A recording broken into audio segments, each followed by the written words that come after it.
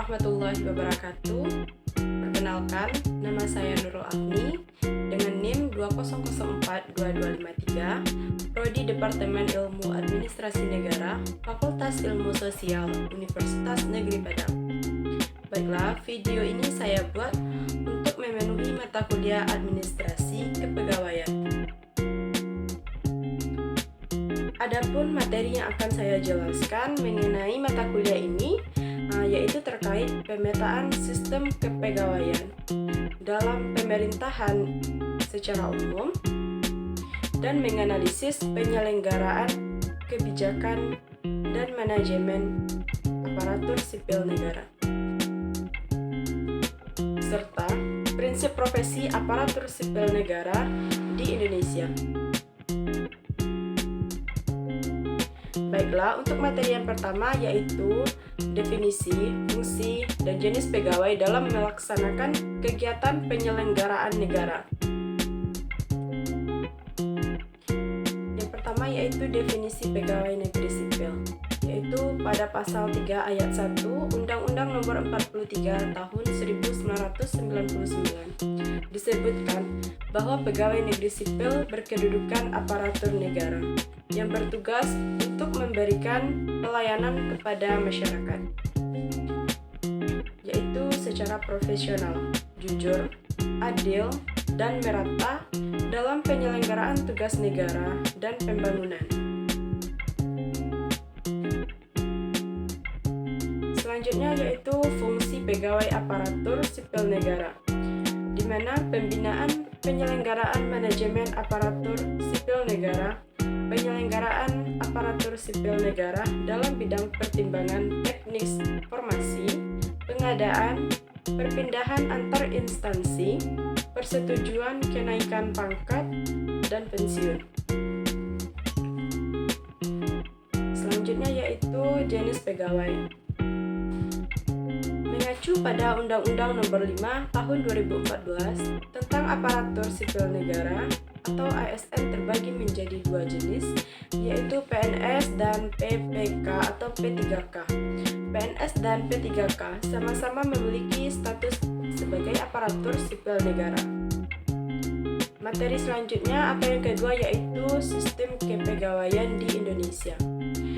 Sistem kepegawaian adalah sebuah sistem yang terdiri atas beberapa sistem yang berkaitan, yaitu tentang perencanaan pegawai, penerimaan pegawai, seleksi, pengangkatan, penempatan, penggajian, pengembangan, pembinaan karir, dan pemberhentian pegawai.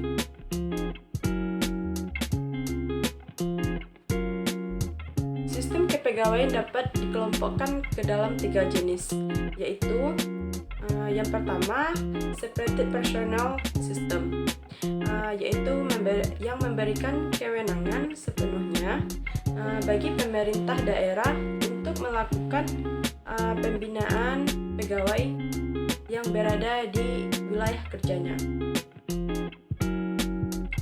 Yang kedua yaitu unified personnel system, di mana semua urusan kepegawaian dari suatu negara, baik pada pemerintah pusat dan pemerintah daerah, yaitu tujuannya untuk semua tingkatan atau tingkat-tingkat tertentu yang dilakukan oleh suatu badan yang dibentuk untuk keperluan tersebut. Yang ketiga yaitu integrated personnel system, yaitu di mana semua pegawai baik pusat maupun daerah diatur oleh pemerintah pusat, karena semua pegawai termasuk milik pusat. Selanjutnya materi yang ketiga yaitu tentang jenis aparatur sipil negara atau ASN, di mana mengacu pada Undang-Undang Nomor 5 Tahun 2014 tentang aparatur sipil negara atau ASN terbagi menjadi 2 jenis, yaitu PNS dan PPK atau P3K. Di mana PNS dan P3K ini sama-sama memiliki status sebagai aparatur sipil negara atau ASN. Meskipun keduanya termasuk ASN, PNS dan P3K mempunyai definisi, hak, manajemen, dan proses seleksi yang berbeda.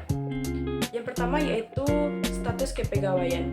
PNS adalah sebagai pegawai ASN yang diangkat sebagai pegawai tetap oleh PPK yang memiliki nomor induk pegawai secara nasional. Sedangkan P3K atau pegawai ASN diangkat sebagai pegawai dengan perjanjian kerja oleh PPK sesuai kebutuhan instansi, pemerintah, dan ketentuan undang-undang. Yang kedua, berdasarkan hak. PNS memperoleh gaji, memperoleh hak berupa gaji, tunjangan cuti, jaminan pensiun, jaminan hari tua, perlindungan, dan pengembangan kompetensi. Sedangkan P3K memiliki hak berupa gaji, tunjangan cuti, perlindungan, dan pengembangan kompetensi. Yang ketiga yaitu manajemen ASN. PNS mempunyai jabatan dan jenjang karir berupa pangkat dan golongan yang terus berkembang setiap tahunnya. Kemudian bisa mengisi jabatan struktural dan fungsional sekaligus. Sedangkan P3K umumnya hanya dapat mengisi jabatan fungsional saja. Yang keempat yaitu masa kerja PNS. Masa kerja PNS memiliki masa kerja sampai memasuki masa pensiun yaitu 58 tahun bagi pejabat administrasi dan 60 tahun bagi pejabat pemimpin tinggi. Sedangkan P3K masa kerjanya sesuai surat perjanjian, sesuai kebutuhan dan berdasarkan penilaian kinerja. Baiklah, sekian penyampaian materi dari saya. Mohon maaf jika ada kesalahan dalam pengucapan kata. Assalamualaikum warahmatullahi wabarakatuh.